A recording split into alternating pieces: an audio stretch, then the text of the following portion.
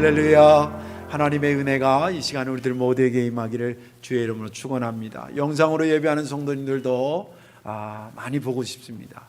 빨리 코로나가 진정이 돼서 함께 예배하기를 바랍니다. 오늘 말씀의 제목 한번 따라하시다. 예수님의 탄생이 낮아짐이라면 믿는 우리의 삶도 낮아짐입니다. 아멘. 믿음 되길 바랍니다. 우리가 성탄 시즌을 보내고 있고요, 교회적으로는 대림절 셋째 주를 맞이하고 있습니다.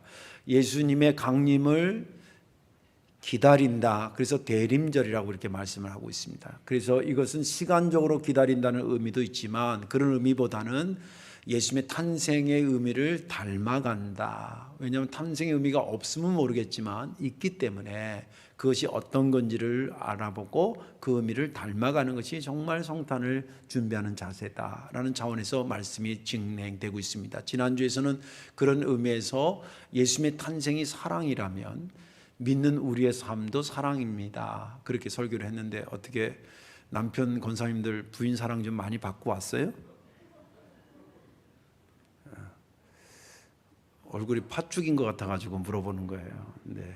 설교를 하면 그 주간이라도 그 말씀을 실천해 보세요.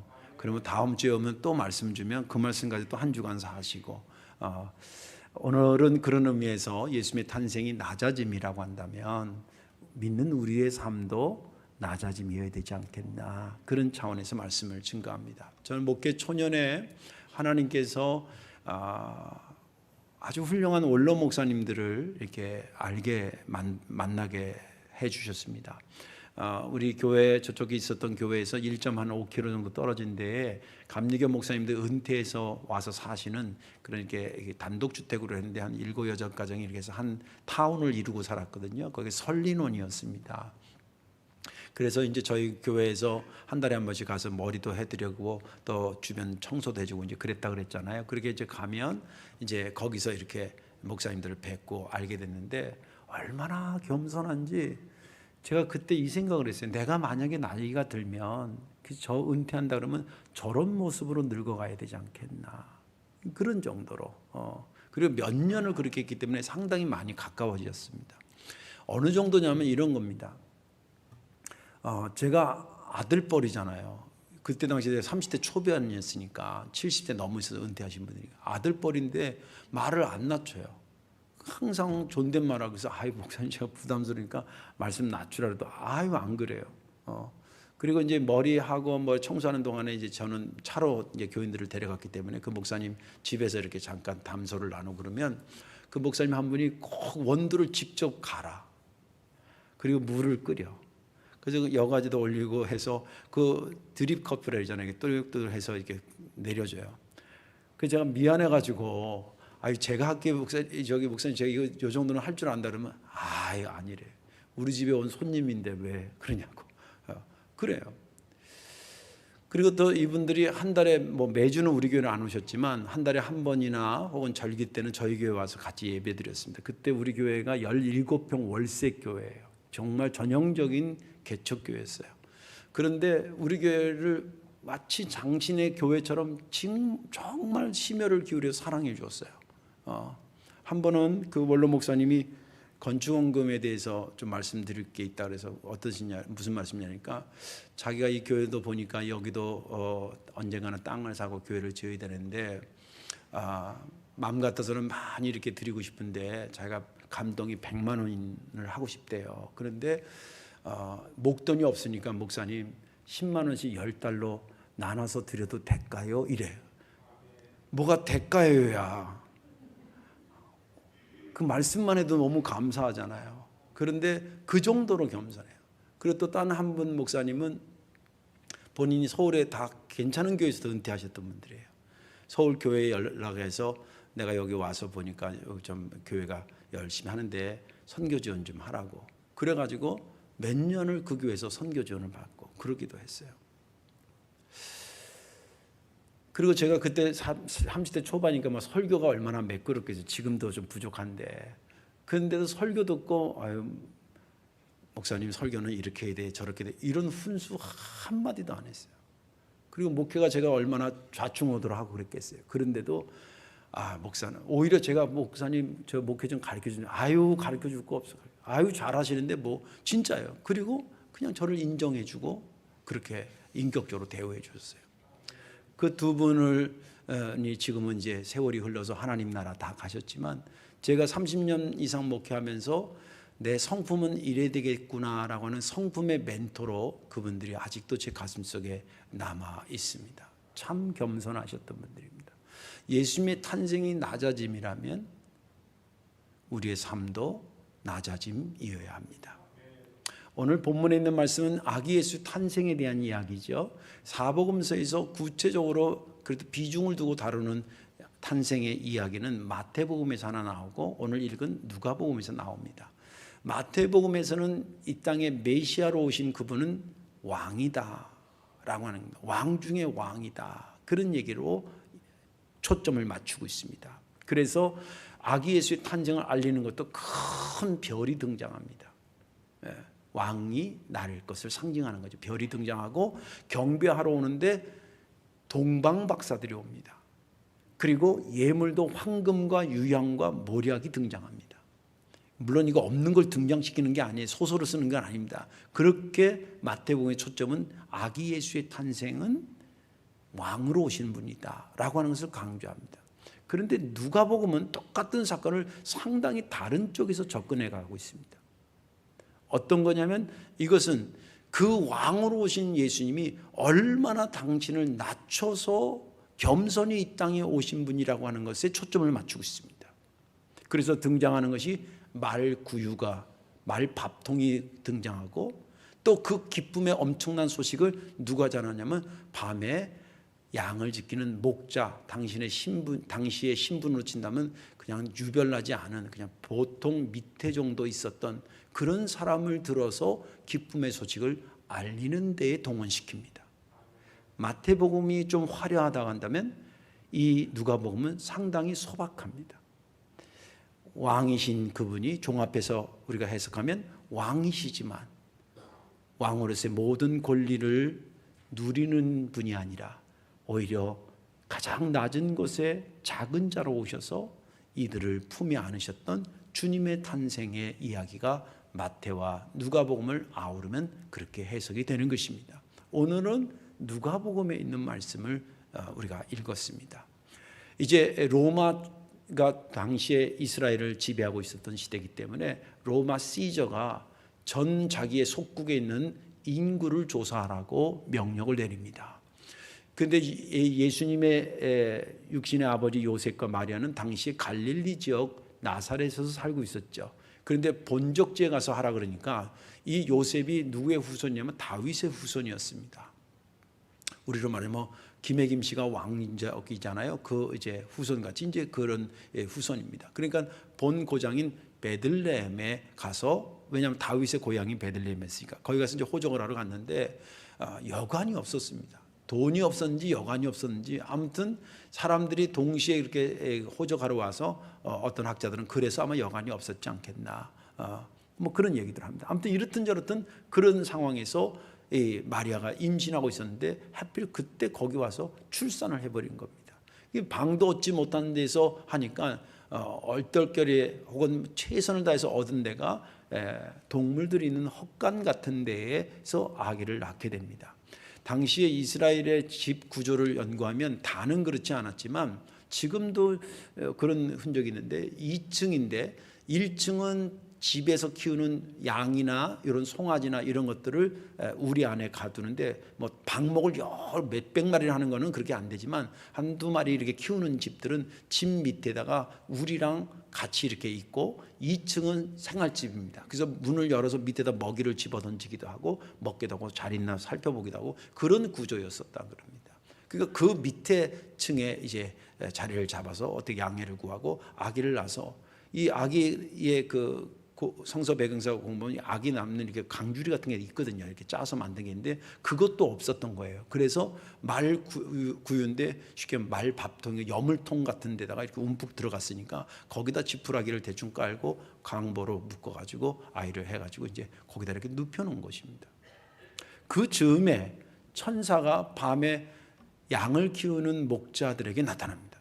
빛이 강력한 빛이 나타나고 천사의 음성이 들리니까 이 사람이 놀래가지고 목자들이 막 그러니까 놀래지 말아라 그러면서 내가 오늘 너희들에게 온 세상 사람들이 들을 참 크고 놀라운 기쁨의 소식을 알려줄 거다.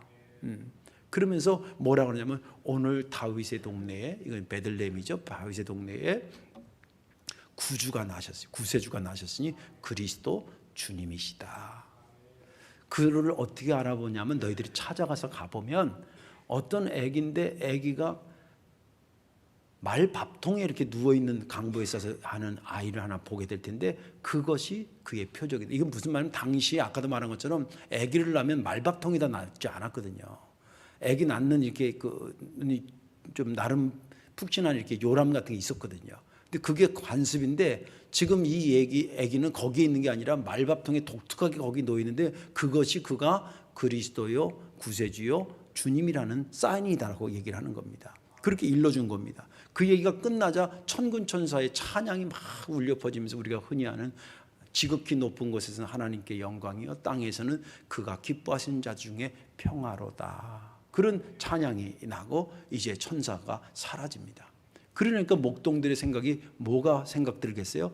그 얘기한 게 생각나는 거예요. 찾아보자, 한번 찾아가 보자. 그래서 막 그 들녘에 있다가 베들레헴 그 동네가 예루살렘에서 한 6, 7km 정도 남쪽에 있는 동네입니다. 그렇게 큰 동네가 아니에요. 거기는 막 수습을 하고 다니다 보니까 아니다 1층에 그 우리강 같은데 아기가 하나 있는데 말밥통에 딱 누워 있는 겁니다.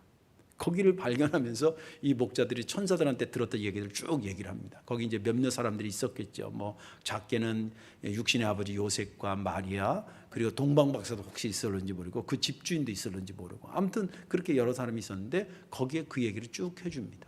우리가 소리를 들었는데 여기에 있는 것이 사인이라 그러면서 이가 그냥 보통 사람이 아니라 구세주요 그리스도요 주님이라 그랬다고 이제 그런 얘기를 합니다. 그 사람들이 뭐 그래? 뭐 이렇게 막 놀라는데 마리아는 잉태 전부터 천사로부터 들었던 얘기가 있으니까 또 그 이야기도 가슴에 잘 담아뒀더라.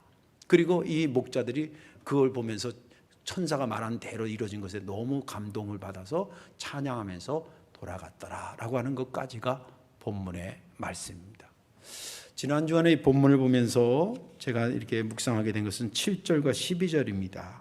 7절에 첫 아들을 낳아 강보에 싸서 구유에 누웠으니 이는 여관에 있을 곳이 없음이로라. 12절에 너희가 가서 강보에 쌓여 구유에 누워있는 아기를 보리니 이것이 너희에게 표적이니라.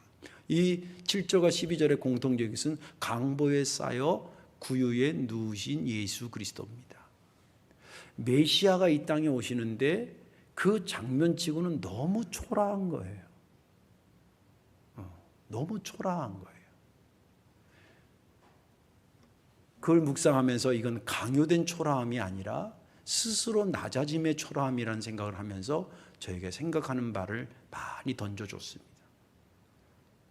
아무쪼록 오늘 말씀에 저와 여러분들 은혜 받으시고 성탄절은 예수님의 탄생을 닮아가는 것이라는데 이 한 주간만이라도 주님처럼 깊이 낮아지는 그런 거룩한 행보가 있기를 주님의 이름으로 축원합니다. 예수님의 낮아지심은 그럼 어떤 낮아지심이었을까? 그 첫째는 하늘의 기득권을 비워 낮아지신 것입니다. 다시 말씀드릴게요. 예수님이 낮아졌다라고 하는 건 뭐냐면 하늘의 기득권을 비워서 낮아지신 것이다. 오늘 12절을 다시 한번 보면 너희가 가서 강보에 쌓여 구유에 누워있는 아기를 보리니 이것이 너희에게 표적이니라. 여기에는 예수님이 얼마나 높은 곳에서 얼마나 낮은 곳으로 왔는지를 암축하고 있는 내용입니다. 그것을 설명해 주는 결정적인 단어가 크게 두 가지인데 하나는 표적이라고 하는 것과 구유라고 하는 단어입니다. 표적이라고 하는 것은 뭐냐면 아까도 말한 것은 이스라엘 관습적으로 아기를 낳으면 말밥통에 넣는 게 관습이 아니라 그랬잖아요. 독특한 형태로 지금 거기에 있는데 그것이 표적이다. 뭐에 대한 표적이냐면 구세주요 그리스도요 주님에 대한 표적이라는 거예요. 근데 이 세 단어는요 땅의 단어가 아니에요. 하늘의 단어예요. 그리스도 이 땅의 단어가 아닙니다. 구세주 이 땅의 단어가 아니에요. 하늘의 단어예요. 이 하늘의 단어를 지니신 분이 누구냐면 예수 그리스도라는 거예요. 그러니까 그의 출발은 어디냐면 하늘로부터 출발인 것입니다. 또 그것 외에 성경에 여러 곳에서 그것을 뒷받침해 주는 말씀이 있는데, 예를 들면 시편 113편에 이렇게 기록되어 있어요. 여호와 우리 하나님과 같은 이가 누구리요? 높은 곳에 앉으셨으나 스스로 낮추사 천지를 살피시고. 높은 하늘 보좌에 계신 분이긴 하지만 스스로 낮춰서 천지를 살피신다. 그리고 잘 아는 빌립보서 2장에 이런 말씀, 너희 안에 그리스도의 마음을 품으라. 곧 그리스도 예수의 마음이니 그는 근본 하나님의 본체시나 하나님과 동등됨을 취할 것으로 여기지 아니하시고 이 땅에 오셨다고 얘기합니다. 종합하면 예수님은 하나님의 아들이요 하나님과 동등되신 하늘의 기득권을 가지고 계시는 분이라고 말하고 있습니다. 그런데 그럼에도 불구하고 그거와는 전혀 어울리지 않는 구유가 등장합니다. 우리가 그분이 어때 엄청난 이렇게 권세가 있다 그러면 대충 연상이 되죠. 사는 집도 이 정도 평수 아니겠어? 타고 다니는 차도 뭐 이 정도는 되지 않겠어? 그게 뭐 나쁘다는 차원이 아니라 이렇게 연상이 되잖아요. 그죠? 근데 하늘의 기득권을 갖고 있는데 그 기득권을, 하늘의 기득권을 갖고 있는 분하고는 너무 어울리지 않는 것이 등장하는데 구유, 말밥통이 등장한다는 거예요. 그게 한 문장 안에 있다는 거예요. 말밥통이라고 하는 것은, 구유는 하늘의 단어가 아니라 땅의 단어입니다. 땅의 단어 중에서도 가장 바닥을 치고 있는 것을 상징하는 것이 말구유예요. 여러분들 아무리 없게 살아도 여러분들 만약 손주를 안다고 생각해 보세요. 이름도 없는 산부인과, 그런데 할 수 없이 가면 가지만, 아니면 집에서 막 낳게하고 그러고 싶어요? 요즘 같으면 달러빚을 내서라도 산부인과 데려가고, 그런 거 같겠어요? 근데 여기 보니까 말밥통에 예수님이 누워있다라고 생각합니다. 구유를 가만히 생각해 보면 이런 생각이 드는 거예요. 예수님이 이 땅에 메시아로 오고 또 구세주로, 그리스도로, 주님으로 이 땅에 오시는데 좀 멋지게, 좀 화려하게 그렇게 표적을 삼을 수는 없었을까? 예를 들자면 이 목자들에게, 야, 베들레헴에 가면 동네에 가장 큰 집이 있을 거야. 그 큰 집에 가서 노크해. 그러면 그 집에 가장 큰 안방이 있을 텐데 그 안방에 아주 예쁜 아기 요람이 있을 텐데 거기에 누워있는 아기가 있을 거야. 그가 메시아라는 표적이야. 이렇게 할 수도 있었잖아요. 그죠? 근데 왜 안 했을까? 하나님의 능력이 없어 못하신 것과? 그건 아닌 것 같아요. 그런데 그렇게 성경에 그렇게 기록된 것을 보면 어떤 의도가 있었던 것이에요. 그렇다면 그 의도가 뭐였을까? 그 의도는 내 아들 독생자가 이 땅에 와서 메시아로 오는 것은 그가 하늘의 기득권을 비워서 가장 낮은 곳에 가는 것이 탄생의 의미였던 거야 라고 하는 것을 보여주고 싶었던 것입니다. 사실 기득권을 포기한다는 것은 거의 불가능할 정도로 힘든 것입니다. 내년도 뭐 3월인가 4월인가 대통령 선거가 되는데 지금부터 난리가 났잖아요. 여야가. 뭐에 대한 싸움이에요? 기득권에 대한 싸움이에요. 물론 이해는 됩니다. 그렇지. 그 어떻게 쌓아놓은 건데 그걸 뺏기고 싶겠어요? 또 그 잊어버렸는데 얼마나 한이 맺히면 그 말을 빨리 뺏고 싶은 마음이 들겠어요. 이해는 됩니다. 그런데 세상의 모든 일은 기득권을 쟁취함으로부터 해결되거나 해결되어서만 되는 것은 아닌 것입니다. 세상의 모든 일이 기득권을 비우고 그리고 해결되는 일들도 가능하다라고 하는 것을 보여주신 분이 누구냐면 예수 그리스도였던 것입니다. 일반적으로 목사님 그러면 밥 먹고 못 살아요. 기득권 자꾸 포기하면 이해가 됩니다. 그런데 세상 모든 일이 천편일률적으로 그렇게 진행되는 것이 아니다. 그렇지 않고 기득권을 포기해도 이루어질 수 있는 일도 많다라고 하는 그 가능성을 열어준 사건이 예수님의 탄생의 사건이었다는 거예요. 그런 면에서 적어도 하나님의 백성이라면 통찰력이 생겨야 될 줄로 믿습니다.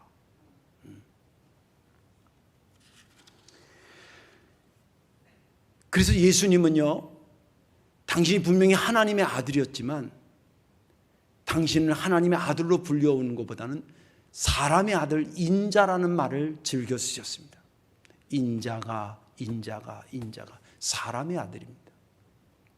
그 말을 주로 사용하셨고요.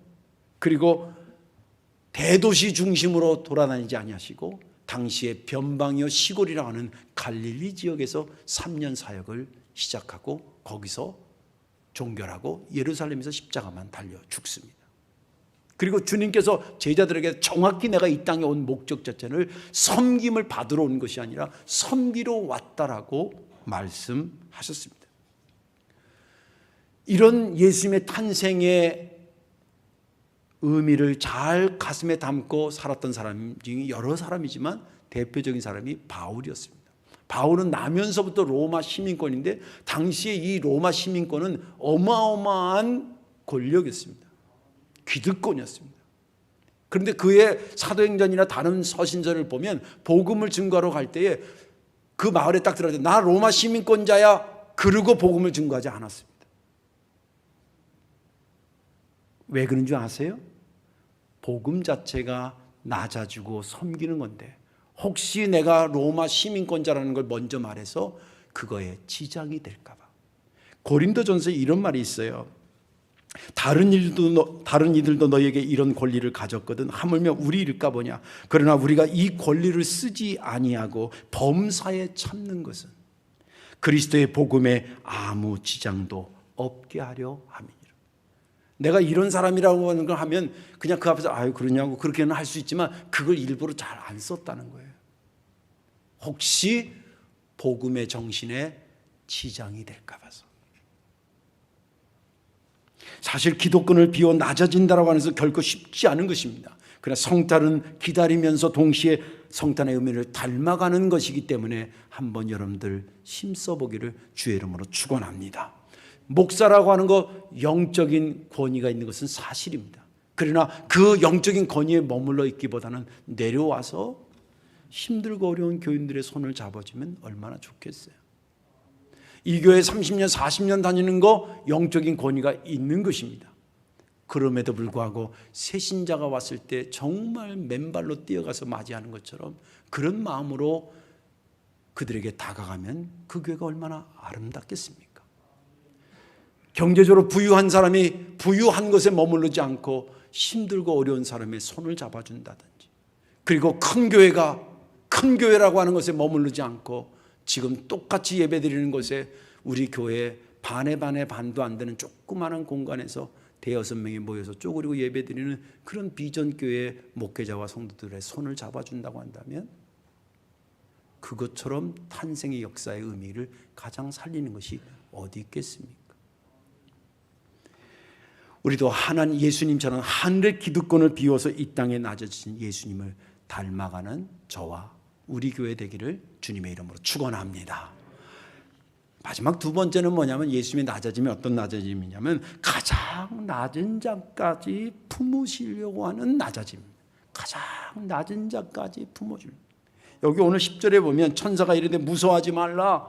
보라 내가 온 백성에게 미칠 큰 기쁨의 좋은 소식을 너에게 전하노라. 10절에 보니까 큰 기쁨의 좋은 소식이 누구에게까지 증거되냐면 온 백성에게까지 들려야 된대요.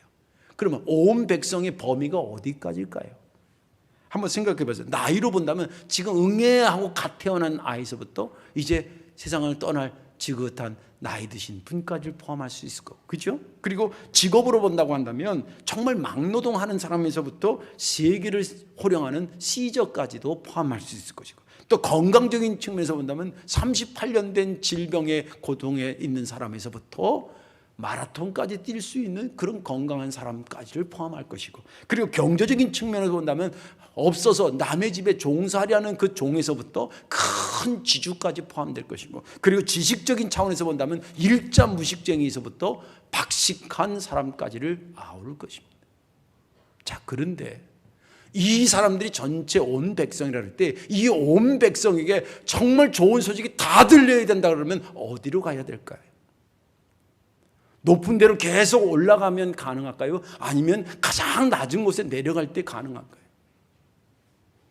주님은 어떤 곳으로 가야 된다고 생각하셨냐면 가장 낮은 곳에 가야 가장 많은 사람들을 품에 안을 수 있다고 생각했던 것입니다. 그래서 상징하는 것이 오늘 성경에 나오는 건 아까도 얘기한 구유에 누였다라고 하는 것입니다. 그렇게 경제적으로 사실 예수님의 그 가족이 어려워요. 그 여러 가지 증거 중에 하나가 뭐냐면 아버지 직업이 변변치 않아요. 그냥 목수예요. 그리고 또 예수님이 그 정결 예식하기 위해서 이제 성전에 가잖아요. 그 오늘 본문 뒤에 나오는데 거기에 보면 비둘기 새끼를 드려요. 이거는 드리긴 드려야 되는데 가장 어렵게 사는 사람이 드리는 예물이 가장 싼 비둘기를 드린 거예요. 그러니까 어려운 거예요. 어려운 거예요. 예. 그렇게 주님이 하나님이 그런 환경을 만드신 거예요. 거기에 구유에 지금 애기 누일 요람도 없어가지고 세상에 거기다 누이는 겁니다. 근데 구유에 누워서 그렇게 경제적으로 어렵기 때문에 누가 보면 주님께서 가난하고 병든 자들을 유독 많이 찾아가 주셔요. 제가 2014년도에 급성 심근경색에 걸려서 죽을 뻔했잖아요. 한 달 전에 우리 동기 카페에 한 목사가 급성 심근경색에 쓰러졌어요. 그래가지고 3일 만에 깨어났어요. 그 얘기가 올려가지고 제가 이제 그 친구랑 친한 친구는 아닌데 그냥 동기라는 것 때문에 전화를 했습니다. 왜? 급성 심근경색에 대해서 내가 뭐예요? 선배니까 전화를 했어요. 상황이 이랬냐 어땠냐. 이 30분인가 이게 인공호흡하고 막 펀칭하고 막 이래가지고 갈비뼈에 금이 갈 정도로 30분 만에 정말 극적으로 깨어나가지고 3일 동안 모르는데 그래서 자기 그 상황을 CCTV로 보여주더래요. 그래서 이렇게 보니까 그러더라는 거예요. 쭉 늘어졌는데 그러더라는 거예요. 그래서 내가 어떤 약 먹냐 또 딴 건 몰라도 그 분야는 좀 아니까 어떤 약 먹냐 음식은 어떻게 조심해야 된다 어떻게 해야 된다 제 경험을 주고 그 얘기 하는 말 그 친구 하는 말이 이래요. 의사 선생님이 얘기해 준 거보다 네가 얘기한 게 훨씬 더 도움이 된대. 그래서 내가 하나님이 나를 그것도 경험하게 하신 것도 그 사람까지도 포함할 수 있게 섬길 수 있게 하셨나 보다 생각하면서 이 생각이 나는 거예요. 구유에 나셨으니까 가장 바닥에 있는 사람의 심정을 알게 하시는 거예요. 또 여기 목자들이 등장해요. 그 엄청나고 기쁜 소식인데 좀 삐까번쩍한 사람, 그 동네에서 좀 그래도 뭔가 이름 있는 사람, 이런 주지나 뭐 이런 사람들한테 가서 좀 이걸 선포하라고 하면 또 빨리 증거될 수 있지 않겠나. 그런데 왜 하필 천사가 선택한 사람은 그냥 들녘에 밤에 보초 쓰는 그런 거니까 양치는데 이 종들 중에서도 만약 계급이 있으면 가장 밑에 종에 해당되는 사람 아니었겠나. 그 사람한테 가서 복음을 전하고 전하도록 그렇게 그 사람을 선택한 것은 복음은 이런 사람까지도 포함하고 있다는 것을 보여주고 있는 것입니다. 지금 우리의 이해는 그치 뭐 경비라든 뭐든 하는데 예수 믿고 구원받지 다 누구든지 구원받지 이렇게 우리는 생각하지만 당시 예수님 당시에는 그러지 않았어요. 예수님 당시에는 메시아 소식을 아무나 들으면 안 돼. 또 아무나 들을 수 없다고 생각했던 거예요. 예를 들자면 이런 겁니다. 유대인들 오케이, 사마리안 노. 건강한 사람 오케이, 그리고 아픈 사람 노. 그리고 자유인 오케이, 종들 노예 노. 이렇게 잘못된 구원관을 갖고 있었어요. 그때 주님께서 무슨 말이냐. 저 밑에 있다고 구원 못 받냐 이거예요. 봐라 내가 저 밑에까지 내려가서 저들의 손을 잡아주고 구원시키는 거예요. 예수님의 비유 중에 천국에 대한 비유가 있어요. 거기에 보면 등장하는 사람이 부잣집하고 그 집 앞에서 맨날 구걸하고 살던 한 거지 같은 사람이 나와요.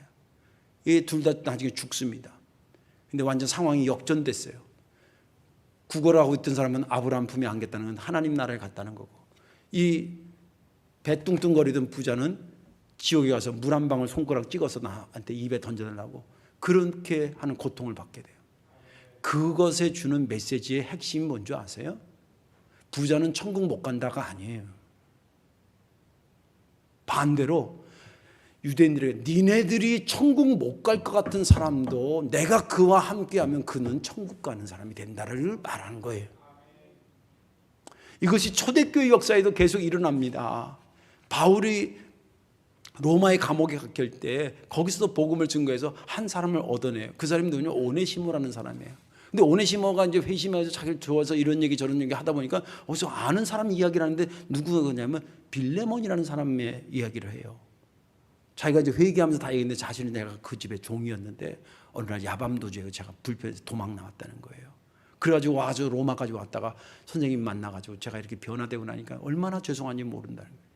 이 바울이 그 얘기를 하니까 딜레마에 빠졌어요. 왜냐하면 빌레몬도 자기가 잘하는 사람이고, 그래서 숨기려니 빌레몬한테 무해하고, 또 그렇다고 그냥 내버려 두자니 이게 또 뭐가 안 되고 그런 거예요. 그래서 그가 어떤 신앙적인 노선을 갖고 있냐면 주님께서 낮은 자까지 손잡아 주셨던 것을 가지고 이 오네시모가 과거에는 종이었지만 이제는 우리가 형제로 받아들여야 되지 않겠냐. 그것을 친필로 쓴 게 빌레몬서예요.